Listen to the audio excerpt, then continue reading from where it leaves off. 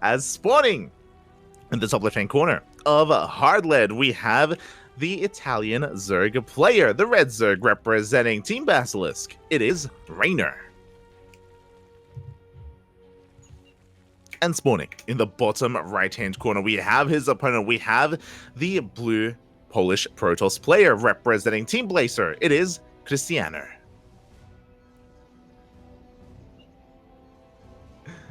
Here we go, and again, Reynor coming in as the heavy favorite. He is one of the best that Europe has to offer when it comes to Zerg players or players in general, and we'll see if he can be overcome. Upsets have happened in the past. You know, we have seen plenty of upsets in the past, even with Reynor, but typically that's in other formats. You know, when I think of potential upsets, I think of, you know, the WTL series that Reynor's been having recently. Even against Protoss players, we have seen some amazing results here. Even last night, if you were watching Team Basilisk, last night was Team Basilisk versus Starlight Twinkle. Even that went all the way to the ace match, surprisingly. Surprisingly. But a lot of that does typically have to do with Reynor sometimes being overconfident, and that's just what we love about Reynor. You know, Reynor is part of his personality, you know, being very bombastic and sometimes taking risks and taking chances. And as a result, you know, sometimes he can be caught off guard, but it's still a rarity. It's still something that happens once in a while, but not a consistent event that occurs. So he's still coming in as the heavy favorite. Krystianer, meanwhile, on the other side of things, is, you know, kind of in the middle of the pack when it comes to Protoss players in Europe. He definitely has been proving himself, though, over the past couple of years, ever since the, you know, 2020 era of the ESL Pro Tour. Krystianer has been improving, has been looking good. But what I would say when it comes to especially even the Polish Protoss players, it feels like Geralt has overshadowed him a little bit. I feel like for a long time they were neck and neck, but in recent months, in this most recent year even, Geralt has actually showed up quite a bit. And we'll see if Krystianer can keep up. We'll see if he can. As for now, it is going to be a Stargate opener, so relatively standard opener here from Krystianer. Should be Stargate into an Oracle, into a third base, but from here, that's when deviations do occur. You know, do we get into a Forge and a Twilight Council, into Plus1 and Blink? Do we go for Glaive Adepts? Do we double down and throw down a second Stargate? There is a lot possible here, but this is also where I have to bring up the map. Hatchgas pool, by the way. Hatchgas pool from Reynor into a third base. Everything is looking standard from our red Zerg player. But this is where I have to talk about the map. When it comes to Reynor, we have seen a lot of his games on hard lead, and we've seen a lot of all-ins. The rush distance by ground is very short, so it does actually kind of line up quite well here for a roach timing with drop lords, with the queen push as well, and that has been a very common strategy on hard lead, not just by Reynor, but by Zerg players in general. It is a more aggressive map in that sense. Of course, that aggression goes both ways, and potentially Krystianer could try to take advantage of the rush distance as well. It is possible, but we'll see if he does commit. For now, Adepts are going to be shading towards the main base. Lings are in position to keep up. The Adepts will not find any damage, but at least Krystianer does pull back. He keeps the Adepts alive, and he's going to be in position to expand and take that third base. Meanwhile, with the Stargate, it is Oracle first. The Oracle's moving out, and the Adepts, they should be staying back at home so we can secure our base. Secure that expansion. As the Oracle makes its way in between the bases. No Spore in position, but plenty of Queens, and it looks like we're going to be able to barely get 2 worker kills. A third worker goes down, almost a fourth. Oh my god, as we are a little bit too greedy, taking some extra hits. The Oracle survives, but yeah, just barely, as it took a lot of hull damage. Meanwhile, back at home, I assumed that there would be a third base. I assumed that we would be expanding. We didn't. There is no third. We throw down a Robo, a Twilight Council, additional gateways as well. This is looking like a setup even for a 2-base all-in. Again, we chose not to make a second Oracle, so taking this third is going to be a bit of an adventure, a bit of a difficult, a tough ask here for Krystianer. He's going for it though. But there's that Prism on the way. Twilight Council as well. A very delayed third base from our Protoss. It is eventually on the way, but quite late. And this basically puts a lot of pressure on Krystianer to get damage done. Now suddenly, he needs to deal some economic damage. He moves out with his Adepts. His Queens are in position. Third base now turned down. We don't quite commit. We force an overreaction out of Reynor. We're going towards a Templar Archives. This will be for Archons. I imagine Charge as a follow-up. But yeah, this build is a little bit disjointed, not gonna lie. We've been casting quite a lot of ZVPs in recent days, and this is very out of the norm to delay the upgrade to go into Immortals and Archons as well. Speaking of, one Archon does get picked off here in the middle of the map. Adepts take him into the shade, head into the mineral line. 3 workers go down. Oh, 3 workers for 2 Adepts. But yeah, this is almost looking a little bit Creator-esque, a little bit Showtime-esque. What I mean by that, because of this upgrade being delayed so heavily, we're actually getting into a more heavy Immortal count and Archon count. We're just building up our forces, building up a death ball of an army. It also may be a mistake that we haven't started Charge. That's also that's a big possibility. We have the money for it, Pappy. We have the money. But we haven't started up, whether it's Charge or Blink, nothing yet. Oracle's trying to get some counter damage done. We have an Overlord just camped here on top of the main, scouting everything. And there it is. Charge now begins. But without Charge, we can't really push out. Krystianer is doing what he can. He's picking off some lings here and there, wherever possible. But he's backing up. Meanwhile, Reynor is getting a 4th base up and running. He's saturated on 74 workers. A little bit supply blocked, but he's about to break free from that. And Reynor is free to drone up to 80 at this point. And he's going to be going for a bit of a tech switch himself, going for a Spire. Which is going to work quite well against Charge on Archon. Without Blink, without Phoenixes, with only Archons as consistent anti-air, these mutas, they can wreak havoc. They can get a lot done. And I am concerned because Krystianer, I believe, hasn't been able to scout until now. He does come in. He does see the Spire. He can react. Storm is on the way. There we go. Cannons. Sack defense thrown down. Phoenix has begun here, but a single Phoenix, it's got a lot to do. Got a lot of work to do. And Krystianer's just stuck at home. He's stuck at home for now, waiting for his upgrade to kick in. He has to, of course, wait to receive those mutas. It's going to be 7 mutas in total. 7 mutas, they are enough to one-shot workers, so we're not overcommitting. We're still making and focusing on a Ling Roach army, Ling Roach Ravager. But the mutas are looking to get economic damage done and set Reynor up for success. So here come those mutas. Back in the main base, we have some static defense. We have the first Phoenix lying in wait, second Phoenix coming out as well. That won't stop these workers from going down. 2 probes get picked off. The mutas, they even try to dive on the Phoenixes as well. Bold move by Reynor. He hasn't done too much yet. Again, the scout earlier really did help so much here for Krystianer, allowing him to have some anti-air. And 3 Phoenixes, that is enough. Now, hopefully Krystianer doesn't overcommit. You know, 4 or 5 Phoenixes, we want to be stopping at around that count. We don't want to overinvest because, again, Reynor, he isn't making more mutas. He's still on Roach Rav. Meanwhile, the Oracle going ham in the mineral line, getting 8 worker kills. Oh my god. Very nicely done. Reynor going to be pushing on forward. Storm has completed. Storm going to be able to zone Reynor away. For Reynor, he has been taking. Infestation Bits just finishing up. Hive on the way. Krystianer, he can trade well, yes, but he can't quite push out. Not with this army. There's just so little here. So little when it comes to the gateway forces. The B for this army. As we go for a warp in, we're just reinforcing. Pushing forward.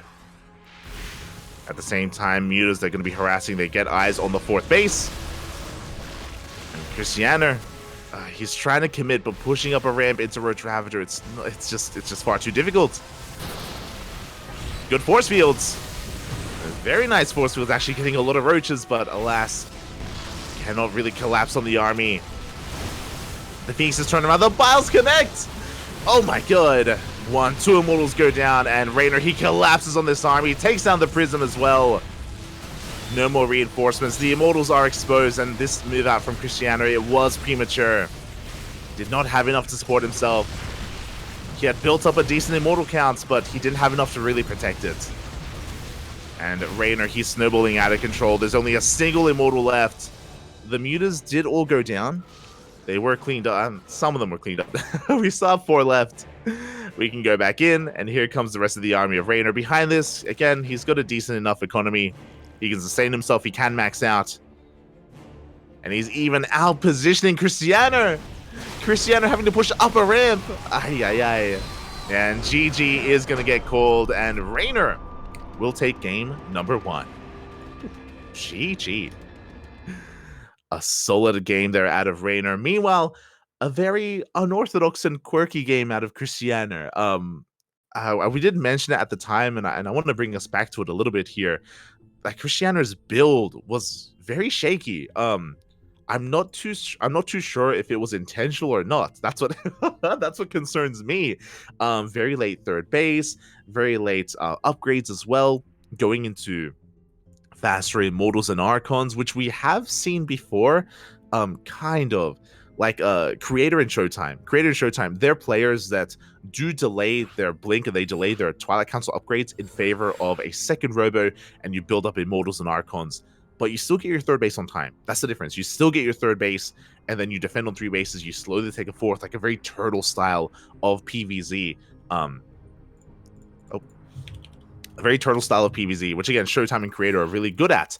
It felt like Krystianer was kind of going in that direction, but kind of not. It was very middle of the road. It was, yeah, very odd. And again, I'm not entirely certain if that was intentional or not. We have casted Krystianer in the past, especially in our own events, but we haven't seen anything quite like that. GG. GG, well played. Reynor will take the first game, and now we're moving on into game number 2. Krystianer, we need to either tighten things up or go even more crazy. And here we go, spawning in the top left-hand corner of Oceanborn. We have the Polish Protoss player, the blue Protoss, representing Team Blazer, down in this series, but not out. It is Krystianer. And spawning in the bottom right-hand corner, we have his opponents. We have the Italian Zerg player, representing Team Basilisk, leading the series 1-0. It is Reynor. And again, really solid play out of Reynor. Because the Spire was scouted, the Muta switch and the Muta tech didn't really do too much damage. It forced a reaction and forced out Phoenixes, but it killed only a handful of workers, so didn't quite work out too well. But what's important is that Reynor, he was able to cash the army out, and yeah, Krystianer's move out was also a little bit questionable as well, considering his army. He may have felt pressured just because of, in a way, how behind he was. We mentioned at the time that like he was lacking, a buffer for his high-tech units, lacking a buffer for his Archons and Immortals, and he pushed that anyway. He just didn't even care, and he was punished for it. So yeah, we do need to see Krystianer tighten things up if he wants a chance at forcing the ace match. And I mentioned before, I'm greedy, Papi. I'm greedy. I want an ace match. I want a game 3. I want as much of a ZVP as I can get, because I'm not getting it for the rest of the night. It's not happening, Papi. It's not happening. Not like this. As we are getting into our openers, it's going to be a gate expand into a cybercore. Likewise, hatch gas pool here out of Reynor. Not going for a 15-15, which is what we saw last night. But for now, everything is looking standard here from Reynor. Again, very safe play, which I do appreciate. Something that I should mention as well, Ling Hydra is also something that we've seen rise in popularity by a lot of Zerg players. Even Reynor has been flexing it and whipping it out whenever he can. But the reality is that it can be a risky thing to go for, especially if your opponent goes for Glaive Adepts. Then if you skip the Roach Warren, if you try to go into Hydras, you could die. So likewise, last game, you got a Roach Warren, Ling Roach Ravager, which is very standard play out of Reynor. Respecting his opponent quite a lot.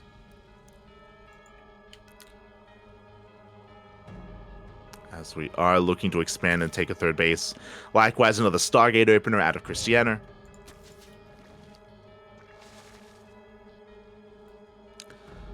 Should be getting into that Oracle, and I can't make the assumption. So typically it's an Oracle into a third, but like with Krystianer, I don't know anymore. I don't know if I can say that. What is typically standard in PvZ, what is typically meta, may not be too applicable here to Krystianer and what he does. How he plays. As Reynor is getting his own third, it's just going to be droning up, getting out his queens, getting enough lings to keep up with these adepts as well to make sure that they don't get out of control. So far, really good movement here out of Reynor.